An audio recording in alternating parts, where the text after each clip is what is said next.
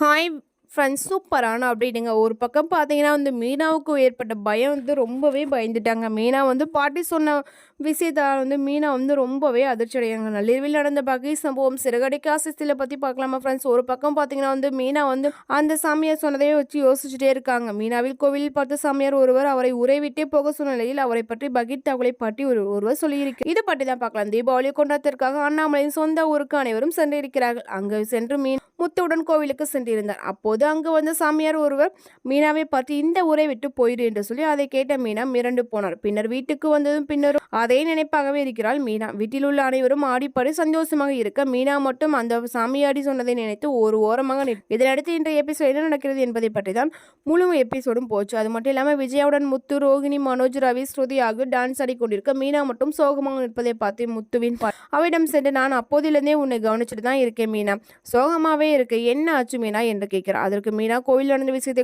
அப்போது அந்த சாமியார் யார் பாட்டி என கேட்க அவன் யாருன்னே தெரியல, 2 மாசத்துக்கு முன்னாடி தான் இந்த ஊருக்கே வந்தான், அவன் கோவிலே தான் இருப்பான், யாராவது சாப்பாடு கொடுத்தா கூட அவன் பிடிச்சிருந்தா தான் வாங்குவான் என பாட்டி சொல்கிறான். அதற்கு மேல் அதிர்ச்சி கொடுக்கிறான். அது மட்டும் இல்லாமல் அந்த சாமியாடி பற்றி மேலும் ஒரு பகிர் தகவலை கூறுகிறார் பாட்டி.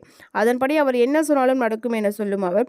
அதற்கு உதாரணமாக ஒரு முறை மழை வரப்போகுது என சொல்வது மழை வந்ததாகவும் ஒரு பெண் பல வருடங்களாக கல்யாணமே ஆகாமல் இந்த நிலையில் அவளிடம் தாலி கட்டிக்கோன்னு சொன்னான். அவன் சொன்ன 10 நாளே அவளுக்கு நிச்சயம் ஆயிடுச்சு. இப்படி அவன் சொன்னதெல்லாம் நடக்கும் என பாட்டி கூறியதில் மேலும் பதட்டம் அடைகிறாள் மீனா. என்ன நடக்கப் போகிறது என்கிற பீதியிலே இருக்கு. இரவில் அந்த சாமியார் வீட்டுக்கே வந்து விடுகிறார். வீட்டின் பின்புறமா வந்து அவர் சத்தம் போட்டதை கேட்டு அனைவரும் சென்று பார்க்க அவர்களை பார்த்து சிரித்து கொண்டே இருக்கும் அந்த நபர் ரோகிணியை பார்த்து மட்டும் முறைத்ததால் அவர் சாக்கு ஆகி போகிறார். பின்னர் மீனாவை கை காட்டி ஊரை விட்டே போயிரு என சொல்லிவிட்டு அங்கிருந்து சென்று விட்டார். இதனால் மீனாவுக்கு மேலும் பயம் வந்து விடுகிறது.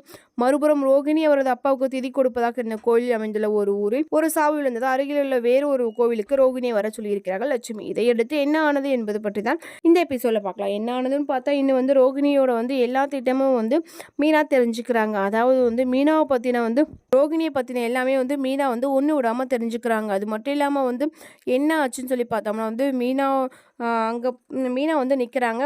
அங்கே திதி கொடுத்துட்ருக்காங்க. அப்போ மீனாவோட அங்கே நிற்கிறது தெரியாமல் ரோகிணியோட அம்மா என்ன சொல்கிறாங்கன்னா, இவ தான் என்னோட பொண்ணு கல்யாணோட ஒரே பையன் கிறிஸ், இவங்க 2 பேரும் மட்டும்தான் எனக்கு ஆதரவாக இருக்காங்க, இப்போ என்கிட்ட எங்கள்கிட்ட சொந்தம்னு யாருமே இல்லைன்னு சொல்லி சொல்கிறாங்க. இதை கேட்டு ரொம்பவே நிற்கிறாங்க. என்ன கல்யாணின்னு சொல்கிறாங்க, அப்போனா இவங்க தான் ரோகிணியோட பையன் தான் கிறிஸா, ஏன் ரோகிணி இப்பெல்லாம் நாடகம் ஆடுறாங்கன்னு சொல்லி ரொம்பவே யோசிக்கிறாங்க. யோசிக்கிறது மட்டும் இல்லாமல் ரோகிணியை கூப்பிட்டு ஓங்கி பலார்னு அரைஞ்சிட்டு என்ன சொல்கிறாங்க, ஏன் ரோகிணி இப்பெல்லாம் நடந்துக்கிறேன்னு சொல்லும் போது இது நான் என்னோட குடும்ப பிரச்சனை மீனா, எனக்கு என்ன பண்ணுறதுனே தெரியல சொல்லி சொல்கிறாங்க. ஆனால் ரோகிணினால தான் பிரச்சனை வரப்போதா, ரோகிணி மீனாக்கு எல்லா உண்மையும் தெரிஞ்சிருச்சுன்னு சொல்லிட்டு மீனா தீர்த்து கட்டுறதுக்கு முடிவு பண்ணுறாங்களான்னு சொல்லி பொறுத்திருந்து பார்க்கலாமா ஃப்ரெண்ட்ஸ். இந்த மாதிரி அப்டேட் பிடிச்ச மாதிரி இருக்காமல் லைக்